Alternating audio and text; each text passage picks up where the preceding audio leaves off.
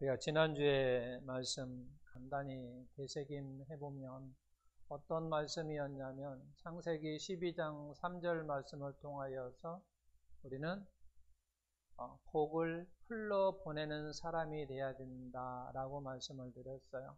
하나님께서 너로 말미암아 모든 민족이 복을 얻게 하실 거라라고 하는 하나님께서 아브라함에게 주신 말씀을 오늘 나에게 적용하면 내가 하나님의 자녀가 되었으니까, 내가 하나님의 백성이 되었으니까 나로 말미암아 다른 사람에게 복을 흘러보내는, 나누는 그런 사명을 가지고 우리가 있다라고 하는 것입니다.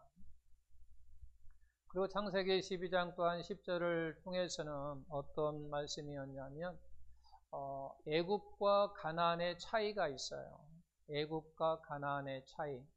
애굽은 어떻게 사는 것이 애굽이라고 이야기를 했나요? 애굽은 자기 힘으로 사는 곳이에요. 자기 힘으로, 자기 능력으로 사는 곳이요. 그래서 우리는 애굽을 무엇으로 상징을 하냐면 세상으로 상징을 하잖아요. 애굽은 세상이라고 하는 거예요. 그래서 애굽은 세상이기 때문에 이건 내 힘으로 사는 것, 내 능력으로 사는 것이란 말이야. 자기의 수고로움으로 사는 것이 세상이에요. 이게 세상이라고 하는 거죠. 애굽이 그랬다는 얘기예요. 그 다음에 이제 가나안은 뭐냐면 가나안은 하나님의 도우심으로 사는 거예요. 하나님의 도우심이에요. 그래서 신앙인인 거죠. 기독교인들은 어떻게 살아야 되느냐? 이렇게 살아야 되는 것이 아니에요. 하나님의 도우심으로 살아야 된다라고 이야기를 했어요. 그리고 믿음이라고 하는 건 뭐냐라고 이야기했을 때 아브라함을 통해서 믿음이라는 건 뭐냐면 저 미래에 있는 것을 끌어와서 오늘 나에게 적용하는 것. 이렇게 사는 거예요. 이렇게 사는 거예요. 그러니까 우리는 어떤 말씀을 끌어오든지 그래서 이것을 너는 반드시 아브라함이 하나님께서 기억하라 그랬어요. 이걸 기억하라 하는 거죠. 쫙 끌어와서 오늘 살아가는 이와 같은 것이 믿음이니 그 믿음으로 살라라고 하는 것을 기억하라. 이걸 오늘날 이야기하면 진리인 생명의 말씀을 반드시 우리는 기억해야 된다. 알아야 된다 그러는 거죠. 알아야 된다. 이런 모습으로 우리가 살아가야 된다. 왜냐하면 믿음이 없이는 하나님을 기쁘시게 할 수 없다. 그러므로 말미암아 이런 믿음이 없으면 하나님을 기쁘시게 할 수 없으니 당연히 신앙인으로서 살아갈 수가 없다라고 하는 거죠. 종교인이 될 수밖에 없다라고 하는 거예요. 그래서 우리는 믿음으로 살아가야 된다. 우리가 믿음을 잘 신앙생활을 하기 위해서는 말씀을 잘 알아야만이 또한 우리가 신앙생활을 잘 할 수 있는 거예요. 자, 우리는 이제 두 번째는 지금 큰 제목은 순종과 만나예요. 순종과 만나. 그래서 만나인데 지난 시간에는 이와 같은 해서 아브라함을 통해서라고 이야기했어요. 이제 오늘은 순종과 광야예요. 광야. 그러면 이제 광야라고 하는 것은 뭐 고난이다라고 이야기를 할 수 있죠. 광야를 통해서라고 하는 거죠. 광야를 통해서. 하나님은 이스라엘 백성들을 순종을 가르치기 위해서 가르치고자 하셨죠. 그 순종을 애굽에서 가르치시지 않고 광야에서 가르치셨어요. 광야에서. 근데 이스라엘 백성들은 이해를 못했어요. 그러나 하나님은 애굽보다 광야에서 이스라엘 백성들에게 순종을 가르치는 것이 가장 적합한 환경이다라고 하는 것을 아셨기 때문에 이스라엘 백성들을 광야로 인도하셨다라고 하는 거예요. 우리는 흔히 광야하면 고난이라는 생각을 하지만 틀린 말은 하지만 그것이 광야가 전부는 아니라고 하는 거죠. 또 우리는 어떤 생각을 하냐면 고난을 받으면 순종을 배울 것이라고 생각해요.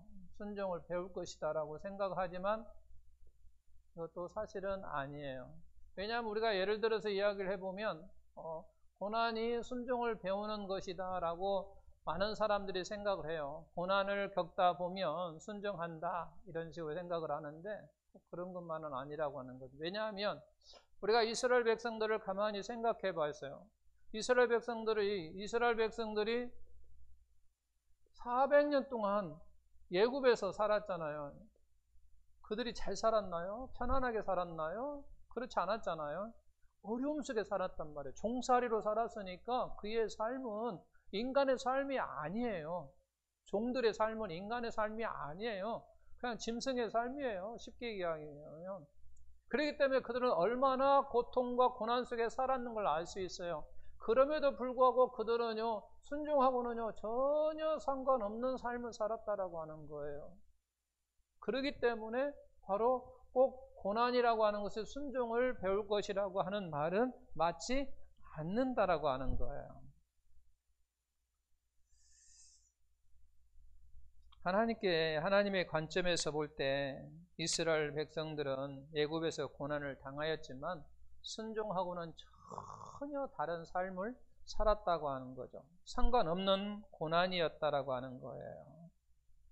그래서 하나님께서 이스라엘 백성들에게 순종을 가르치기를 원하셨다고 하는 거죠.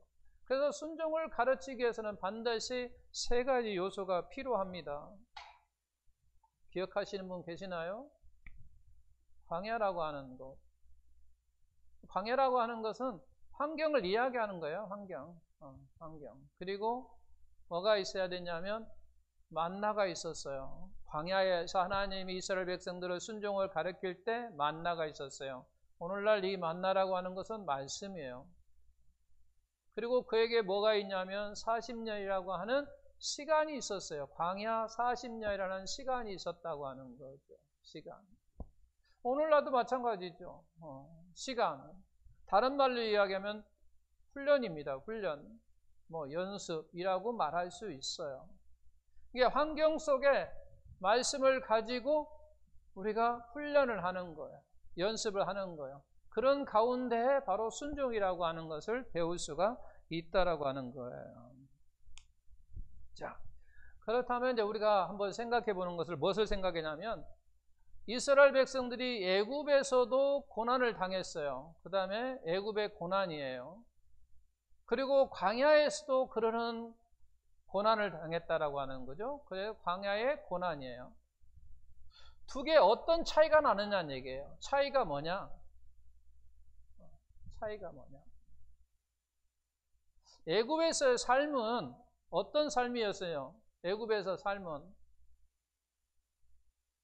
그냥 고난이었었어요. 그죠? 고난. 너무 힘든 삶이었었어요. 그 다음에 뭐냐면 그냥 시간이에요.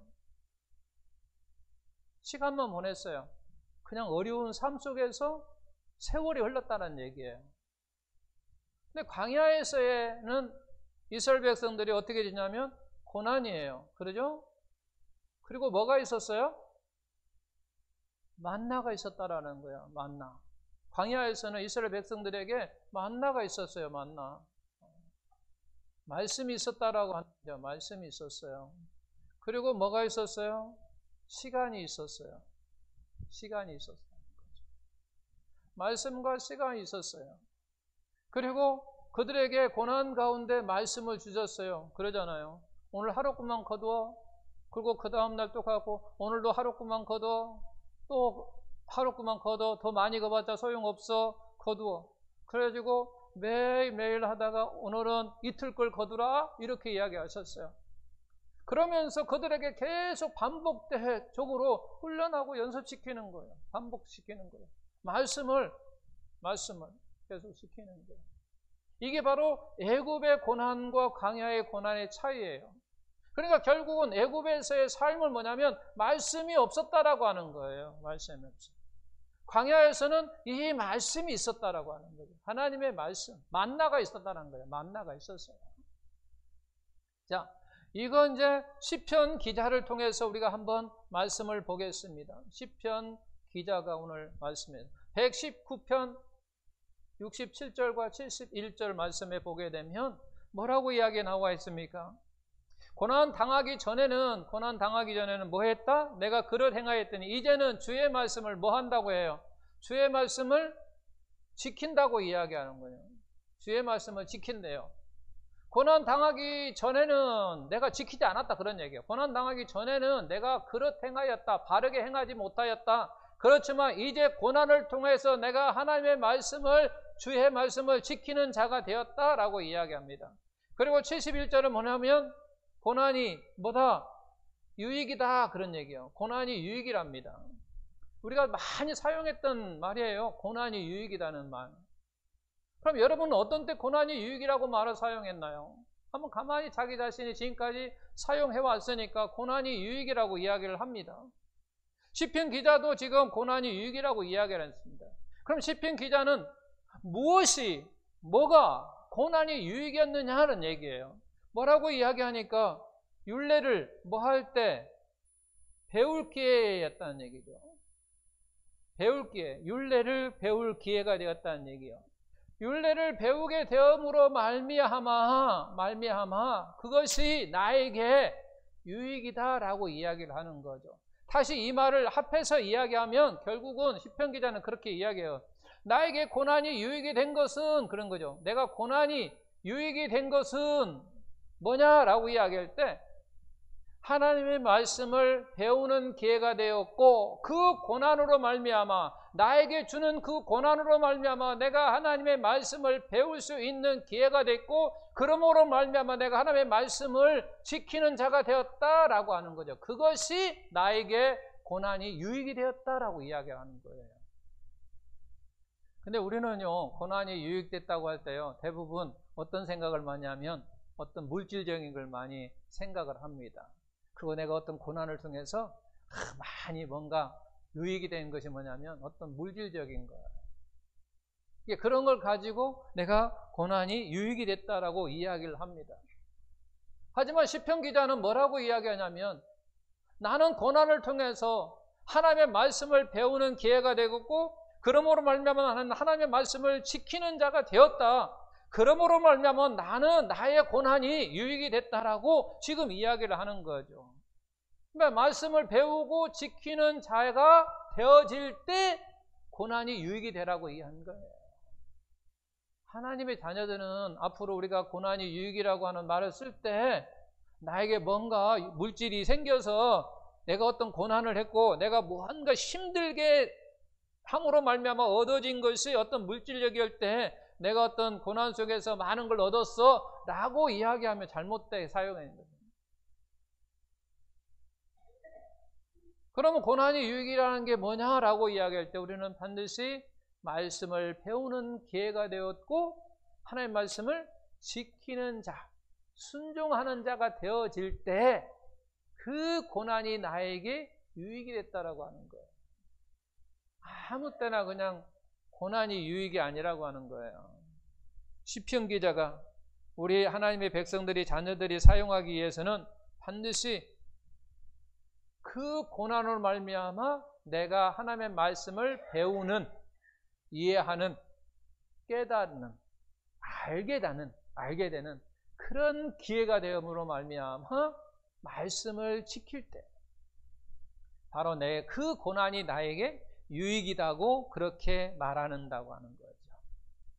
그러면 그와 같은 고난의 유익을 되려면 어떻게 해야만이 우리는 얻을 수 있느냐는 얘기예요. 어떻게 해야 유익이 되겠냐는 얘기죠. 그 고난이 나에게 다가온 그 고난이 내가 유익이 되기 위해서는 어떻게 해야 되느냐라고 하는 거예요. 그것은 바로 여기에 있는 것처럼 나에게 고난이 올 때 이 말씀을 가지고 우리는 뭐하냐? 묵상해야 된다는 거예요. 말씀을 가지고 묵상해야 돼요. 여기는 아무것도 없었기 때문에 그냥 무음인 거예요. 고난은 했어요. 고통은 당했어도. 그렇지만 아무 의미가 없다라고 하는 거예요. 이게 오늘날 마찬가지예요. 우리가 지금 코로나 때문에 정말로 힘들다고 이야기해요. 그러죠. 뭐 저나 여러분이나. 그리고 또 겹쳤어요. 코로나19 때문에 힘들지만 또 그것 때문에 제한적으로 통제하고 하니까 많은 것들이 또 어렵다는 거예요. 그러니까 이중으로 삼중으로 어렵다고 하는 거예요. 그런데 아무 생각 없이 그냥 보내면 우리는 그냥 코로나 그냥 아무 없이 보낸 거예요. 근데 내년에는 조금 어떻게 될지 뭐 좀 더 나아질 거죠. 후반기부터 좀 나아지겠죠. 그렇지만 실제는 우리가 어려움을 당했어도 아무 의미 없는 거예요. 우리 신앙인들은 그냥 아무 의미 없는 거라고 하는 거예요. 그런데 이러한 코로나 시대 어려움 겹칠 때 해도 말씀을 가지고 우리가 깊이 묵상을 해야 된다고 하는 거죠. 그 속에서 깨달아지는 게 있다는 얘기죠. 그 속에서 알아지는 게 있다라고 하는 거예요. 알아지는 거. 그럴 때 이 고난이 코로나가 나에게 유익이 됐다고 우리는 고백할 수 있는 거예요. 그렇지 않으면요 그냥 보낸 거예요. 힘든 시간이었어. 그냥 힘든 시간이었다는 얘기예요. 그냥 어려운 그냥 고난의 시간이었다고 하는 거죠.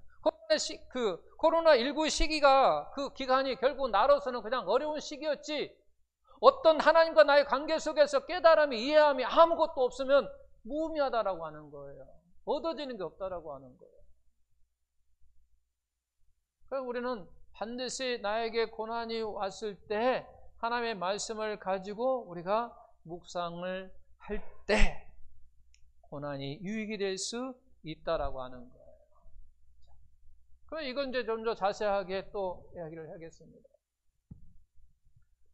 우리에게 고난이 오면 우리가 어떻게 해야 되느냐는 얘기죠. 고난이 왔을 때. 물론 말씀을 묵상하라고 그랬어요. 좀 더 구체적으로 보겠습니다. 얼마 전에 청주에서 두 여중학생이 아파트에서 뛰어내려 자살을 했죠. 물론 최근에 참 젊은 사람들이 많이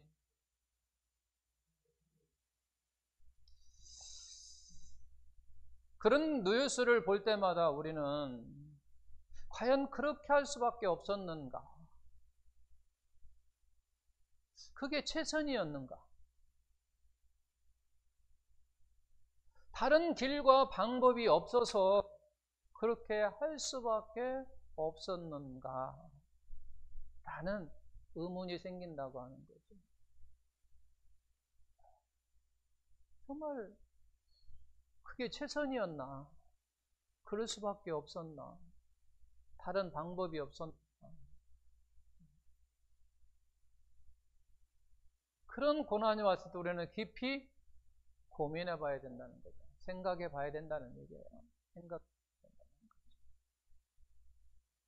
마찬가지 원리로 우리 하나님의 백성들도 마찬가지예요. 하나님을 믿는 우리도 언제 어느 때 나에게 어려움이 고난이 닥쳐온다라고 하는 거죠. 그때 하나님을 원망하며 세상으로 가는 사람이 있습니다. 그걸 이제 좀 영적으로 믿음이 좋은 사람들은, 성숙한 사람들 눈에는 어리석은 사람으로 보입니다. 좀 영적으로 믿음이 있는 사람들이 그 사람을 볼 때는 그렇게 보여요. 어리석은 그런 자였다. 마찬가지예요. 그 중학생들은 그들로 생각할 때는 그것이 최선의 방법이었고 다른 방법, 어떤 길이 없었기에 그렇게 할 수밖에 없었던 그거지만 또 우리 어른들의 눈으로 보면 그것이 꼭 최선만은 아니었다라고 합니다.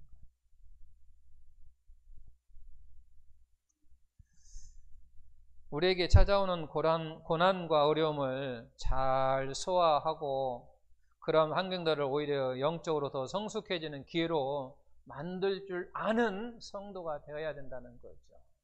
그럼 어떻게? 그 고난이 나에게 오면 우리는 어떻게 해야 되는가라고 할 때 사도 바울이 로마서를 통해서 우리에게 아주 정확한 답을 해줬어요. 너희가 고난이 오면, 너희에게 고난이 닥치면 로마서 8장 18절을 주셨어요. 이건 우리 다 같이 읽어보겠습니다. 18절. 생각하건대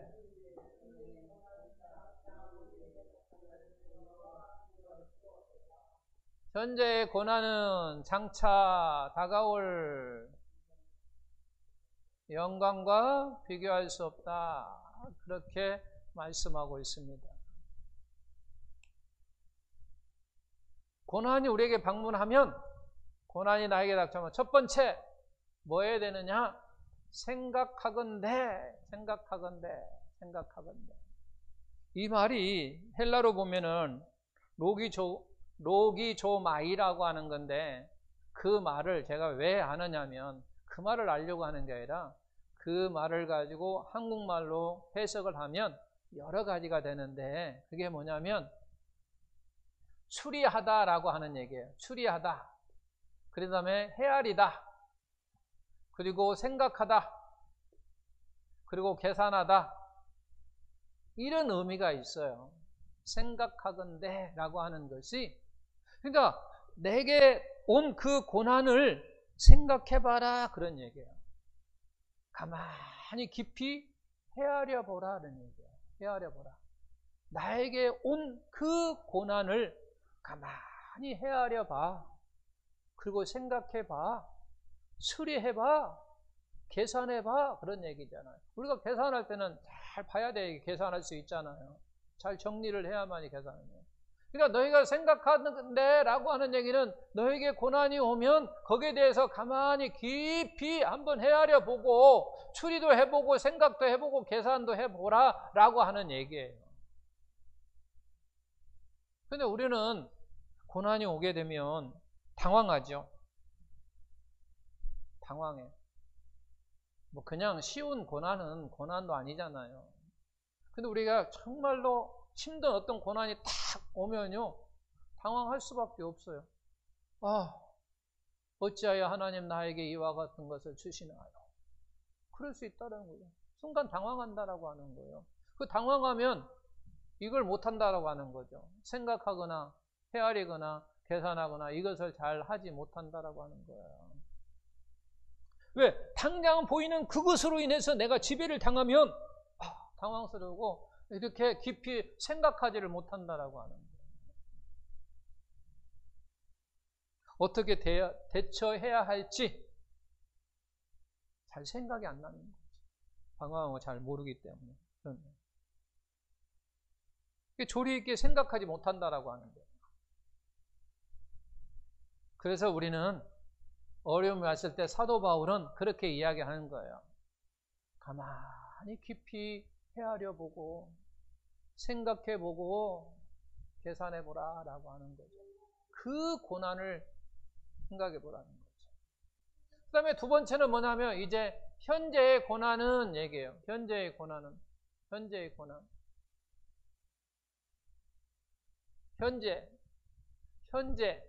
이 현재라고 하는 말이 어떤 한순간을 이야기하는 게 아니에요.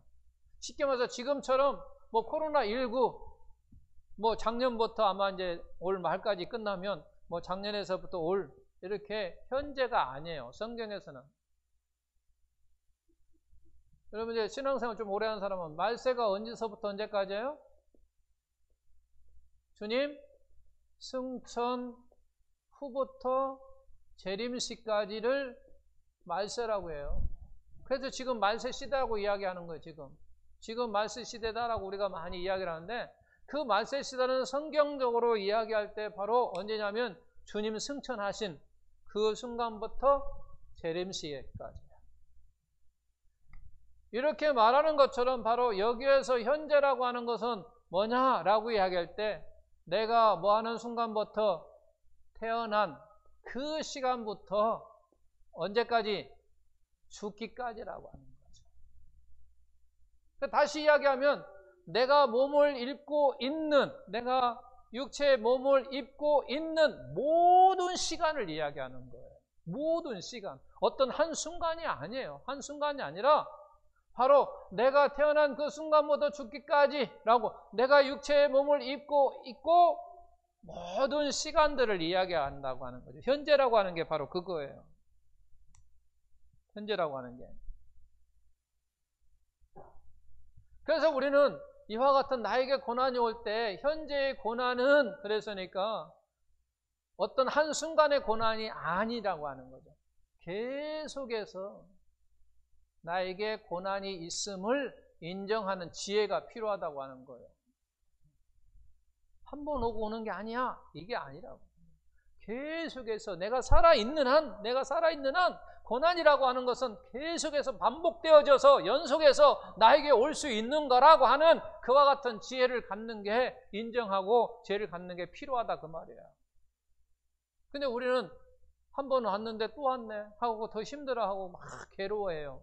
네, 그게 아니라 내가 사는 날 동안에는 고난은 계속 반복되어지는 거죠. 왜 계속 반복되어지냐? 그건 죄의 결과예요. 죄의 결과. 죄의 결과이기 때문에 계속해서 우리에게는 고난이 있는 거예요. 고난이. 계속 있음을 우리가 인정해야 된다고 하는 거예요. 그 다음에 세 번째는 장차 다가올 영광과 비교할 수 없었다라고 하는 이 세 번째, 우리는 비교를 해야 되는데 비교를 잘 해야 돼요. 고난과 현재의 고난과 비교를 해야 되는데 그 비교할 때 무엇과 비교해야 되냐면 장차 다가올 영광과 뭐 하라고요? 장차 다가올 영광과 비교해야 된다는 얘기예요. 이게 중요한 거예요. 장차 다가올 영광과 우리가 비교해야 된다라고 하는 거예요. 자, 이스라엘 백성들이 애굽에서 나와 광야에서 생활했을 때 그들은 광야에서의 고난을 무엇과 비교했나요? 애굽을 비교했잖아요. 애굽과 비교해서 옛날에 우리가 있을 때 그 생각을 자꾸 비교하는 거예요. 지금 내가 고난이 있을 때마다, 그들이 고난이 올 때마다, 앞에 홍해바다가 있을 때마다, 그들이 쓴 물을 만날 때마다, 사막에서 물이 없을 때마다 그들은 뭘 생각했냐면 애굽을 생각했어요. 애굽과 지금 현재의 고난을 무엇과 자꾸 비교했냐면 애굽과 자꾸 비교를 했단 말이에요. 비교를 했어요. 그러다 보니까 뭐가 됐어요? 그들은 원망하고 뭐 했어요? 불평했어요. 그러니까 비교를 잘해야 된다라고. 만약에 이스라엘 백성들이 만약에 하나님께 약속하신 가나안 하나고 만약에 비교했다고 한다면 아마 그들의 인생은 달라졌을 거예요. 가나안이 하나님께 약속하실 때 뭐라고 약속하셨습니까? 그 가나안 젖과 꿀이 흐르는 땅이라고 그들에게 약속하셨거든요.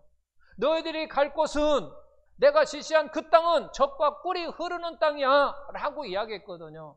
내가 너희를 그리로 인도할 거야 라고 이야기를 했단 말이야. 그러니까 그들이 광야에서 지금 현재의 그 고난을 비교를 하는데 무엇하고 기노냐면 이 가나안하고 만약에 비교를 했다고 한다면 그들의 인생이 달라졌을 거라고 하는 거예요. 그래서 우리도 비교를 잘해야 된다라고 하는 거죠. 내가 나에게 고난이 딱 다가올 때 무엇과 비교하냐에 따라서 나의 행동이 달라지는 거예요. 만약에 나에게 어떤 고난이 막 힘든 것이 나에게 다가왔어요. 그럴 때 내가 딱 비교할 때, 그래, 이 고난은 앞으로 내가 하나님에게 면류관을 받을 그것보다, 생명의 면류관보다 고난이 어렵지 않아. 하나님이 나에게 천국을 주신 그것보다 별로 어렵지 않아. 이길만 해. 감당할 만해. 라는 생각을 하게 되면 그의 믿음의 행동으로 말미암아 그것을 걷더니 이기고도 남는단 말이에요. 그런데 그렇지 않고 어떤 다른 것에 비교하면 우리는 낙심하고 절망하고 원망하고 절망할 수 있다는 얘기죠. 불평할 수 있다라고 하는 거죠. 하나님 어찌하여 나에게 이와 같은 시련을 줍니까? 고난을 줍니까? 그렇게 말할 수 있다고 하는 거죠. 그런데 만약에 이와 같이 우리가 비교를 잘하면 나에게 다가오는 그러한 고통도, 나에게 다가오는 그와 같은 고난도 하나님 나를 시험하십니까? 고난 주면 내가 컸더니 이길 수 있습니다. 무엇으로? 나에게는 하나님이 약속하신 저 소망이 있습니다. 하나님이 나에게 주실 그 저 소망, 그 영광과 좋게 비교할 수도 없는 이 고난은 내가 걷더니 이길 수 있습니다 라고 말할 수 있다라고 하는 거죠.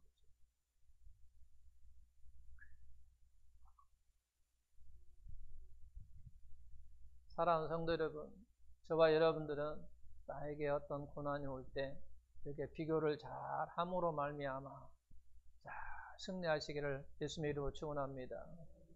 사도 바울이요, 딱 이렇게 자기의 고난이 왔을 때, 어려움이 왔을 때 이렇게 비교하고 나니까 그에게는요 소망의 확신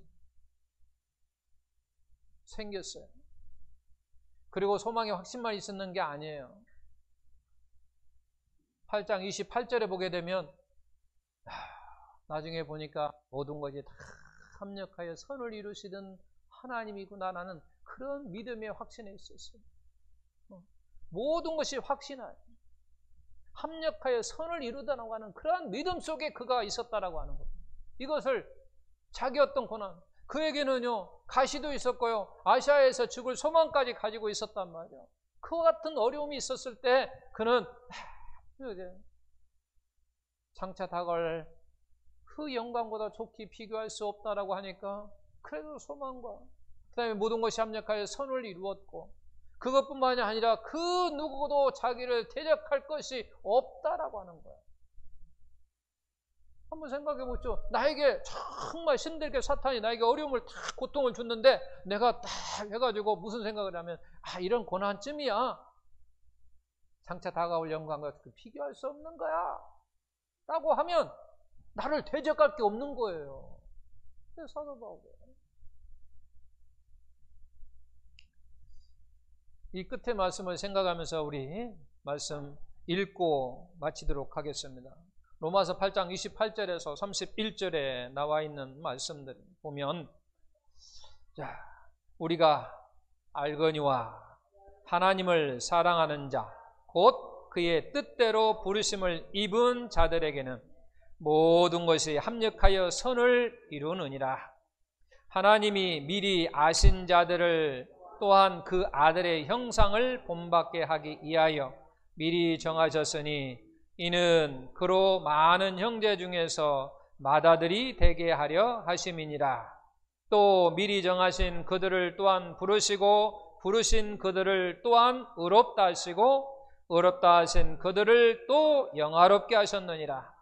그런즉 이 일에 대하여 우리가 무슨 말하리요? 만일 하나님이 우리를 이해하시면 누가 우리를 대적하리요? 그 누구도 우리가 대적할 수 없다라고 하는 거예요. 사랑하는 성도 여러분, 말씀이 우리에게 그냥 고난이 말씀 없이 보내면 그냥 고난은 그냥 고난이에요. 아무 나에게 의미가 없어요. 그러나 그 고난 속에 말씀과 함께 묵상할 때 그 고난이 유익이 되는 거예요. 사도 바울이 딱 나와 있잖아요.